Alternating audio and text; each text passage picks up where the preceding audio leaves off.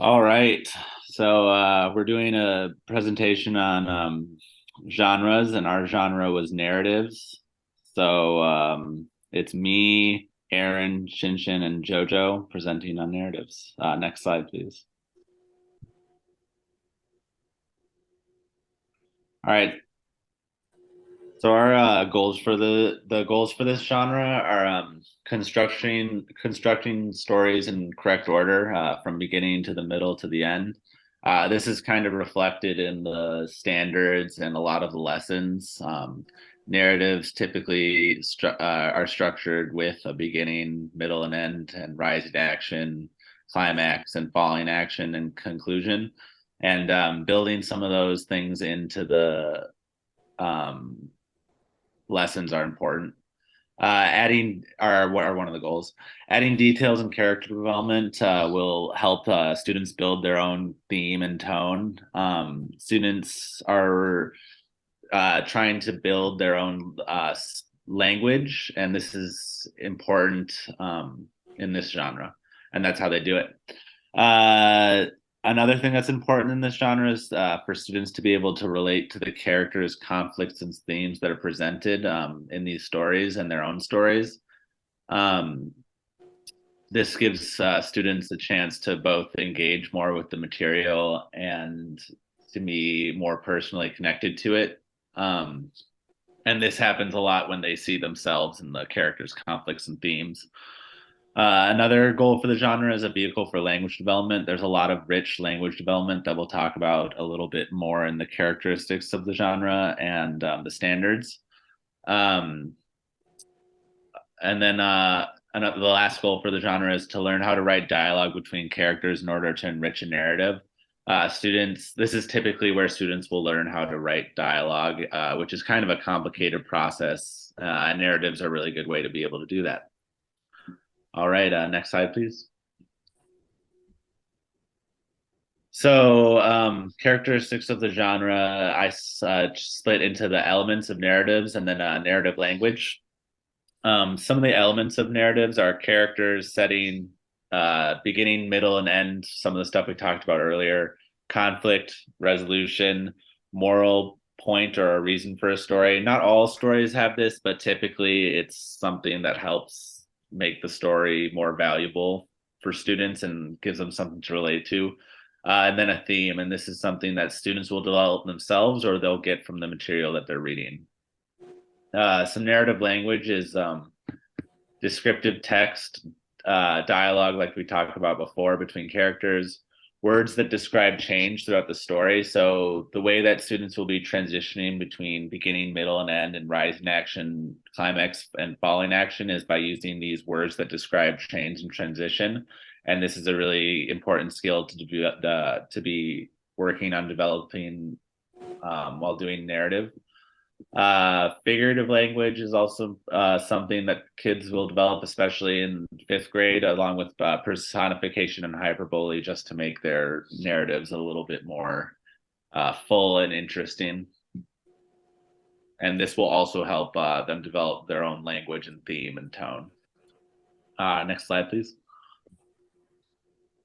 So, ideas for teaching. Narratives are, I feel like when I think of language arts, the first things that pops into my head are narratives. So that's one of the reasons I wanted to join this group. There are so many ideas for teaching narratives. I would also like to point out that even though a large number of the suggestions I have here are writing assignments, narratives lend themselves extremely well to verbal storytelling that is super accessible to multi-language learners, and that building verbal storytelling skills can help a lot of students with dyslexia. So, and I'll talk about which of the activities are especially conducive to verbal storytelling as well as written storytelling. Oh, and this is the one, yeah. So the five-finger retell is one that's quite adaptable to verbal storytelling. And the good thing about Five Finger Retell is that we can see here between the two styles. One of them focuses on setting, characters, problem, events, solution, and the other one focuses on detail 1, detail 2, detail 3. So there's different ways we can use it as a device for helping students think about their narratives and design their narratives. And I think this one over here really lends itself, where we just have the setting, the characters, and some details, really lends itself to verbal storytelling, where we can write down just some key ideas and then we can tell our stories looking at our hands and go, okay, this is the character, this is the setting, and kind of as a tool to help students structure and think about their narrative details. But we can use any different things for the five fingers. I've seen all sorts of different things for the five fingers, what we can use as the prompts.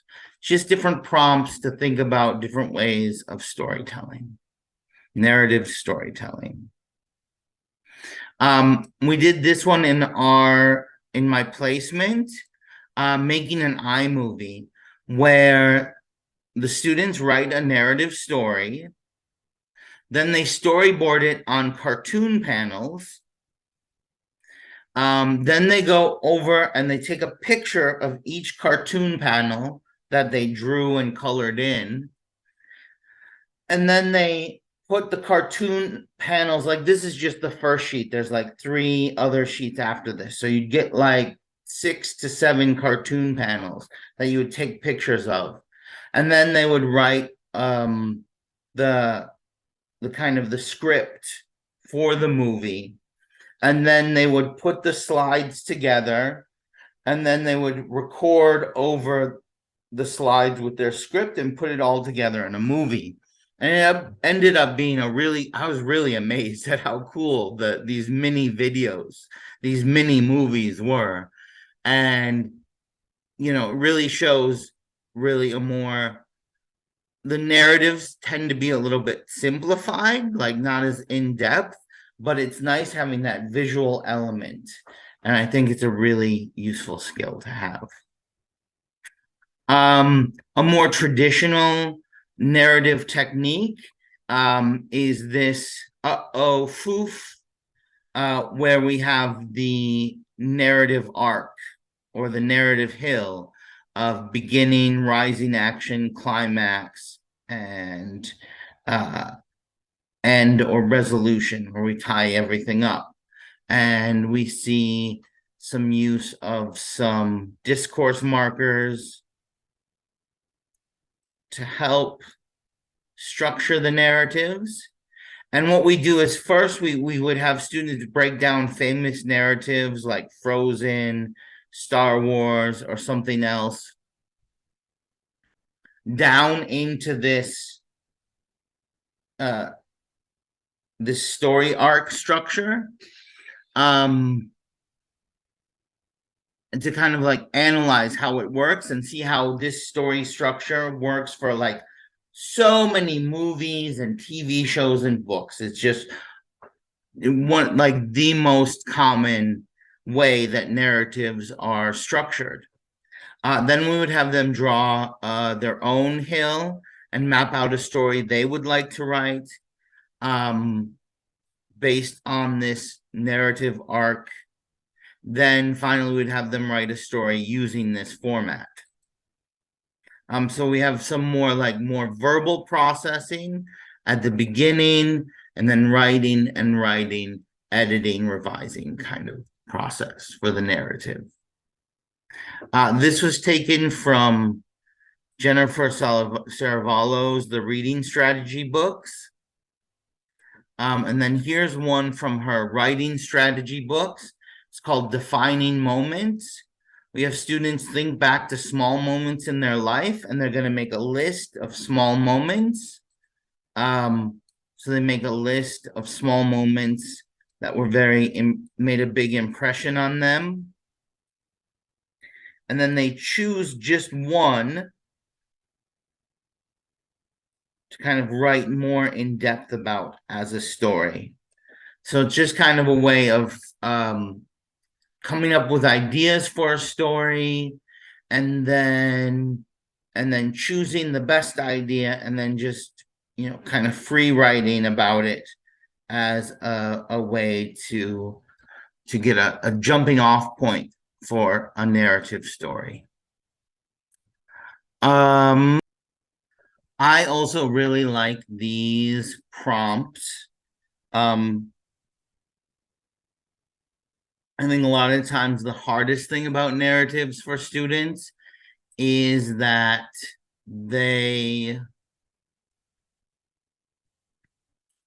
struggle to think about what to write about.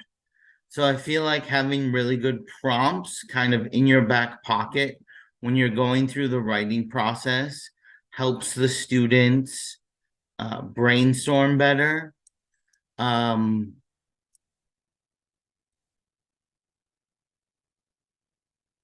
then you can and then once you have the main story here, I mean, this can be a writing process that can be used with the other ones too. Like, this is a good way to start, and then you can go back after you've done this process of coming up with great ideas, coming up with memorable moments, and then choosing your favorite memorable moments. You can go back and put it into, once you have like a basic idea, you can go back for editing and design. And you can go back and you can put it into the you can go back and put it in here, and then use this on the second day to kind of fill it out with more details, more events, more things. And then once you have more details and more events, you can kind of look at making it into a cohesive story where you have a beginning, rise in action, climax, and resolution. And then once you've done all that, you can go back and turn it into a cartoon. And then you can, it can be a whole process of editing and going through a lot of these narrative activities can kind of work together or work in building blocks as a longer revising and editing process. And then one last thing, I think these two, what we can do here is with the story panels, if we don't have this, or we maybe simplify this, it can be used for younger grades, like we only have like 1 or 2 lines. It can be used with the younger grades to make for maybe emergent readers and writers where they're not writing so much, and then they can use the drawing and illustrating as a crutch for their design ideas to help, which will really help emergent readers develop narrative structure and concepts. And again, I think it's just great because it's just so many ideas for narratives. These are just some basic ones. Has just page after page of specifically activities for narrative, helping develop a narrative voice. So I didn't want to show all like 50, 60 pages. So I just chose some of them that I liked the best. Yeah, but there's so many for narrative structures. So here were just some ideas.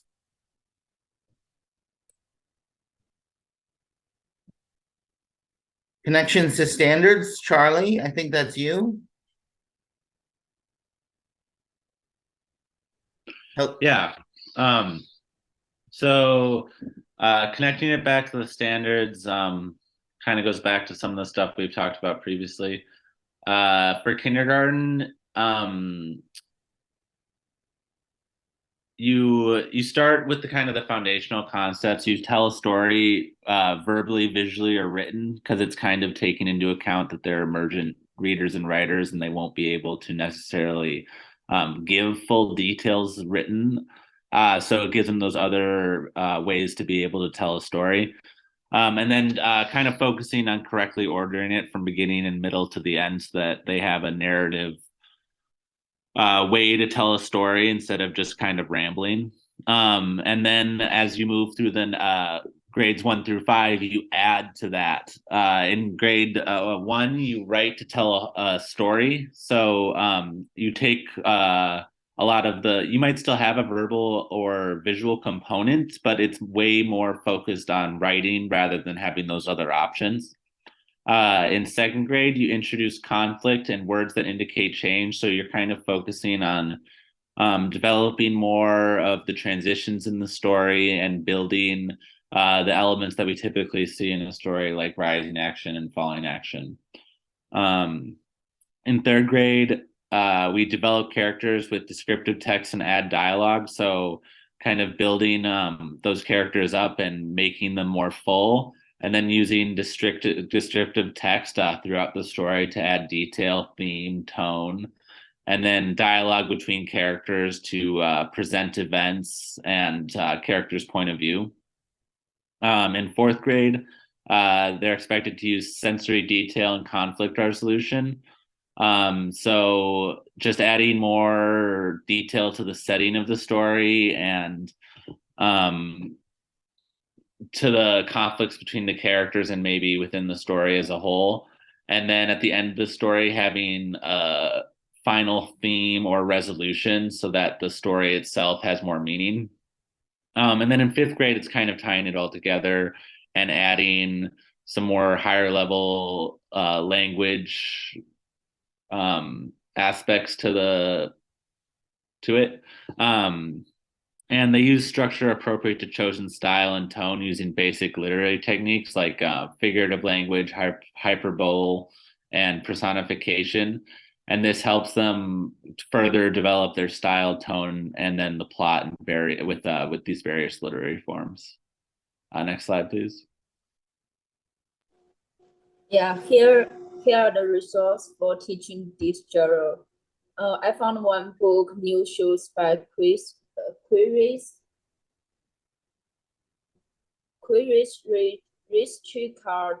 This book is good for the teach kindergarten to 1st grade. I also found their read aloud on YouTube. So if you didn't have this book, you can play the YouTube video during the class time. I'm going to read a text from this book. Mommy puts on my socks. Mommy puts on my old shoes. They have a hole here and a hole there. I can put my finger in. Hee, dirt could get in, or water. Let's go to the shoe store. A man takes off my old shoes. My feet are bigger than before. So this book, you can find the reader can feel the child's happiness about buying new shoes from the author's simple and common word. The author basically write the story in chronological order. This story is perfect for students who are just starting to learn how to write narrative text in chronological order. Next slide, please. Here another book, The Deer Watch by Pat Lovery Collin. This book is good for 1st to 3rd grade. Again, here are YouTube read aloud link here, so you can use it. So I'm going to read the text from this book. It was another summer in the house that smelled like old trees, and where the seagulls on the roof lived their own place. I didn't mind their noise. because we were here to look for deer. So this book tells the story of a father who takes his son out in the summer to look for deer. The reader can feel the five senses in the word. The author writes about experience the father and his son see, hear, smell, touch, and taste during their journey to find the deers. Adding the five senses to narrative writing is a useful strategy to improve writing skills. Next slide, please. So here is the recommend reading or writing to push a deeper understanding of genre. This book is narrative writing learning, a new model for teaching by George Hilo Kerr. So this book, this is a winner of the Richard Mead Award given by the National Council of Teachers of English, and it shows teachers should focus classroom activity on protecting context rather than from boost students in engagement. Making their active learners not passive recipients of knowledge. It also demonstrates that breaking any learning test into small doable pieces allow the student to master this test and prepare them for more complex learning. So next slide, please. And this book talking about teaching about incorporating detail and figurative language. Also teaching about creative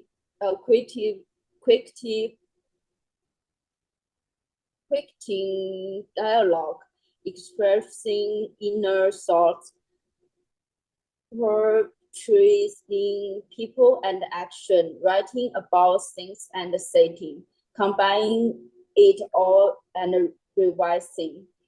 So taking the example of creating dialogue, the author had the student create the dialogue for a drama verbally.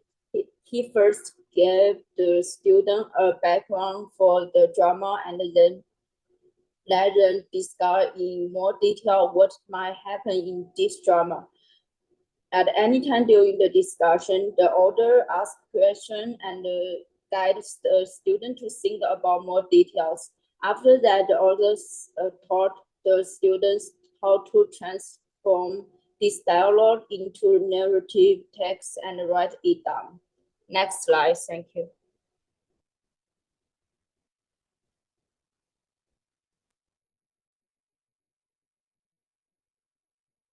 So for the last part of our presentation is critical consideration for narratives. There are 4 parts of them we are going to talk about. Culturally sensitive practices, ELL students, differentiations, and students with special needs. Before we dive into the first consideration, I would like you to take a look at the photo on the right-hand side. It says, we don't say that's weird. Instead, we say, whoa, that's interesting. How different. It is important for us as classroom teacher to help young children understand that there are no 2 people exactly alike, and that is okay to be who you are. Next slide. So first one, culturally sensitive practice, classroom cultural. What's your classroom cultural? What kind of classroom would you like to have?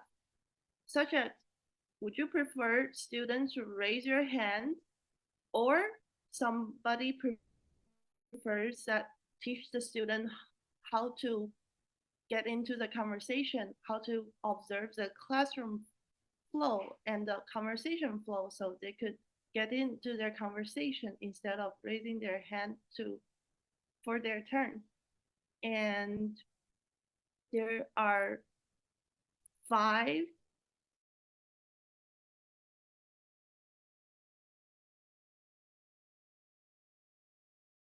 examples. And we also need to encourage students to speak up against bias, bullying, and exclusion, such as whenever a kid asks you, "May I join your play?" you should always say yes if a kid asks. Encourage deep exploration of complex and challenging issues. Ensures that everyone's voices and participation are valued. Next, please. So, narrative writing that benefit ELL students. When ELL students utilize narrative writing, they're essentially creating a story that's meant to both inform and entertain the reader. And when ELL pre-write, they can make use of visual writing tools such as brainstorming and outlining. Take the left-hand side picture as an example. It is really important for them to have a picture and have some guidelines. So in the end, narrative enables students to communicate with their teachers and each other on a more personal level that other academic forms of writing simply do not allow. Next, please.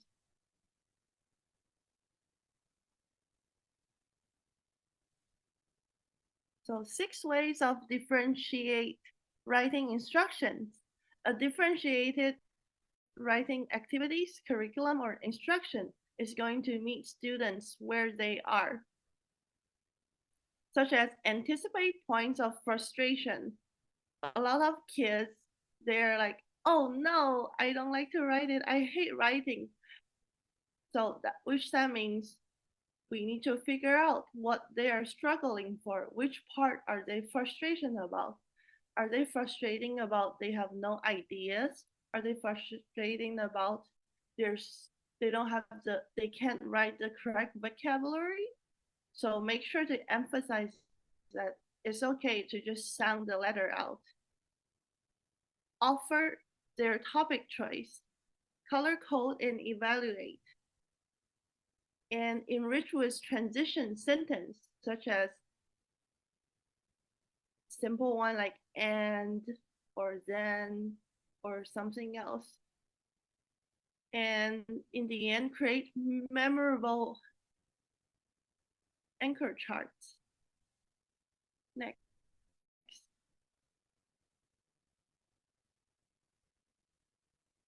So the last part, narrative writing students with special needs. One thing that's really helpful would be graphic organizer. Graphic organizers can help students focus their thoughts for planning, decision making, and writing. It can also help to visualize and contrast ideas, organize and or sequence information, help them to plan what to write, increase reading comprehension, brainstorm, organize problems and solutions, compare and contrast their ideas, show cause and effect, and so much more. And why use organizer? Students, including those with emergent literacy skill, limited English fluency, and diverse learning styles can often process information in a graphic organizer more easily than from other traditional texts. Next. So this is our narrative genre presentation. If you have any questions, please let us know. Thank you.